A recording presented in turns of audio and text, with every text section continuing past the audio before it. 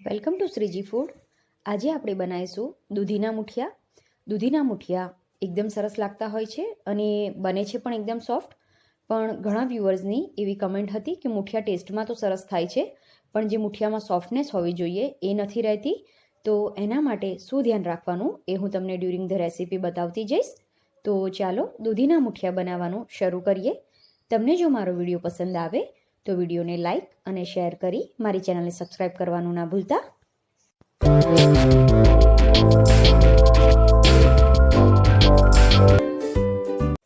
મુઠિયા બનાવવા મેં આ 2 કપ ઘઉંનો કકરો લોટ લીધો છે અને 3/4 કપ જે રોટલીનો ઝીણો લોટ હોય છે ઘઉંનો એ લીધો છે.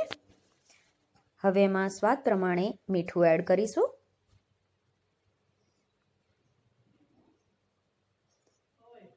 વન ટીસ્પૂન અજમો, 1 ટીસ્પૂન હળદર, લાલ મરચું 2 ટીસ્પૂન યા તમારા ઘરના ટેસ્ટ પ્રમાણે, ખાંડ એડ કરીશું 2 ટીસ્પૂન, મોવણ એડ કરવાનું છે 2.5 ટેબલસ્પૂન તેલ મેં એડ કર્યું છે. મુઠિયામાં મોવણ સરખું જોઈએ. હવે આ બધાને સરસ રીતે મિક્સ કરી લઈશું. આ રીતે કકરો અને ઝીણો લોટ તમે ભેગો કરશો તો મુઠિયાને બાઇન્ડિંગ સારું મળશે. લોટ મિક્સ થઈ ગયો છે. હવે એમાં 2 ટેબલસ્પૂન વાટેલા લીલા મરચાં એડ કરીએ. લસણ ખાતા હો તો લસણ પણ અત્યારે એડ કરી દેવાનું. હવે મેં 500 ગ્રામ દૂધી લીધી છે, એને છોલીને છીણી લેવાની છે. એને પહેલાંથી છોલી અને છીણીને નહીં રાખવાની, નહીં તો એ કાળી પડી જાય. અને દૂધી કડવી ના હોય એ ચેક કરી લેવાનું. હવે આને મિક્સ કરી લઈશું.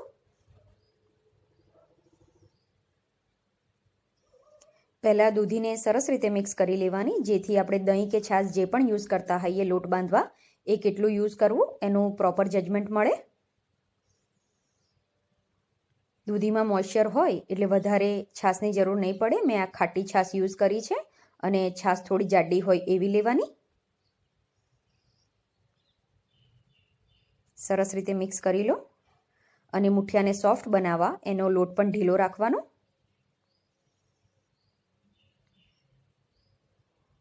મેં અરાઉન્ડ 3/4 કપથી થોડી ઓછી છાશ યુઝ કરી છે, પણ એ દૂધીમાં મોઇશ્ચર કેટલું છે એના ઉપર ડિપેન્ડ રહે. આ રીતનો એનો ઢીલો લોટ રાખવાનો છે અને એને સરસ રીતે હજુ મિક્સ કરી લો 2 મિનિટ.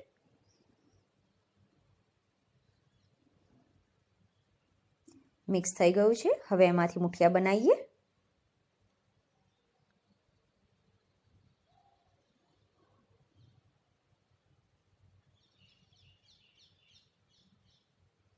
મુઠિયાને સોફ્ટ બનાવવા એનો લોટ, એનો સ્ટીમિંગ ટાઈમ એ બધું એના ઉપર ડિપેન્ડ રહે છે.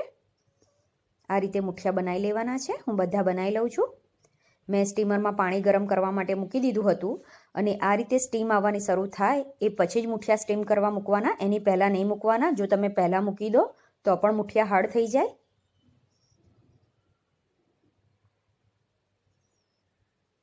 મુઠિયા મૂકતી વખતે ગેસની ફ્લેમ સ્લો કરી દેવાની. મેં બધા મુઠિયા મૂકી દીધા છે. હવે એનું ઢાંકણું બંધ કરીને આને મીડિયમ ગેસ ઉપર આપણે એક્ઝેક્ટ 25 મિનિટ માટે સ્ટીમ કરી લઈશું. સ્ટીમિંગ ટાઈમ પ્રોપર જરૂરી છે એનો. ગેસ બંધ કરીને આનું ઢાંકણું ખોલી લઈએ. મુઠિયા સ્ટીમ થઈ ગયા છે. અને સ્ટેન્ડિંગ ટાઈમ કે જેને આપણે ગુજરાતીમાં થોડીવાર સિજવા દેવું ખૂબ જ જરૂરી છે, તો 10 મિનિટ આને ઢાંકીને રહેવા દો. 10 મિનિટ પછી હવે આ મુઠિયા બહાર કાઢીને આપણે કટ કરી લઈએ. મેં 3 ટેબલસ્પૂન તેલ ગરમ કરવા માટે મૂક્યું છે. તેલ ગરમ થાય એટલે 1/2 ટેબલસ્પૂન રાઈ એડ કરવાની. મુઠિયા હોય કે ખમણ, ઝીણી રાઈ યુઝ કરશો તો એનો ટેસ્ટ વધારે સરસ લાગશે. હવે એમાં 1 ટીસ્પૂન તલ એડ કરીએ, 1/2 ટીસ્પૂન હિંગ. હવે એમાં મુઠિયા એડ કરીશું.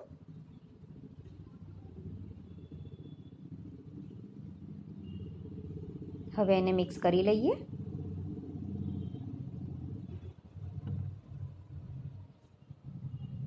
ગેસની ફ્લેમ મીડિયમ રાખીશું. મિક્સ થઈ જાય એ પછી એને 2 થી 3 મિનિટ સાંતળી લેવાના મીડિયમ ગેસ ઉપર. મુઠિયા રેડી છે. એને એક પ્લેટમાં લઈ લઈશું. તો હવે આપણા દૂધીના મુઠિયા સર્વિંગ માટે રેડી છે. આ મુઠિયા ગરમ તો સોફ્ટ લાગે જ છે, પણ ઠંડા થયા પછી પણ જો તમે આ રીતે બનાવશો તો એ સોફ્ટ જ રહે છે. એને બનાવવા માટે સૌથી પહેલાં તો એનો લોટ આવો ઢીલો રાખવાનો મેં બતાવ્યો એ પ્રમાણે. અને બીજું, સ્ટીમરમાં જે પાણી આપણે ઉકળવા મૂકીએ એ ઉકળવાનું શરૂ થાય એ પછી જ મુઠિયા મૂકવાના. કેમ કે તમે મુઠિયા મૂકો એવી તરત એને પ્રોપર સ્ટીમ મળવી ખૂબ જ જરૂરી છે, નહીં તો એ મુઠિયા હાર્ડ થઈ જાય. અને તમે જેવા મુઠિયા નું ઢાંકણું બંધ કરીને એને કવર કરો એવો તરત તમે એને ઘડિયાળમાં ટાઈમ જોઈ લો. અત્યારે આપણે જે ક્વોન્ટિટી લીધી છે એટલી ક્વોન્ટિટીને સ્ટીમ થતાં એક્ઝેક્ટ 25 મિનિટ લાગે છે. એટલે એનો પ્રોપર સ્ટીમિંગ ટાઈમ પણ આપવો ખૂબ જ જરૂરી છે. જો ઓછા સ્ટીમ થાય તો કાચા રહે, અને જો વધારે સ્ટીમ થાય તો એનું મોઇશ્ચર જતું રહે, તો પણ એ હાર્ડ થઈ જાય. એટલે એને લોટ એને કેવી રીતે સ્ટીમ કરવા, કેટલી ફ્લેમ ઉપર સ્ટીમ કરવા, એને મીડિયમ ફ્લેમ ઉપર જ આપણે સ્ટીમ કરવાના છે, અને કેટલો ટાઈમ સ્ટીમ કરવા, આ બધી નાની નાની વસ્તુ ખૂબ જ ધ્યાનમાં રાખવી જોઈએ. તો તમારા મુઠિયા ટેસ્ટમાં તો સરસ બનશે જ, સાથે ખાવામાં પણ એટલા સોફ્ટ બનશે.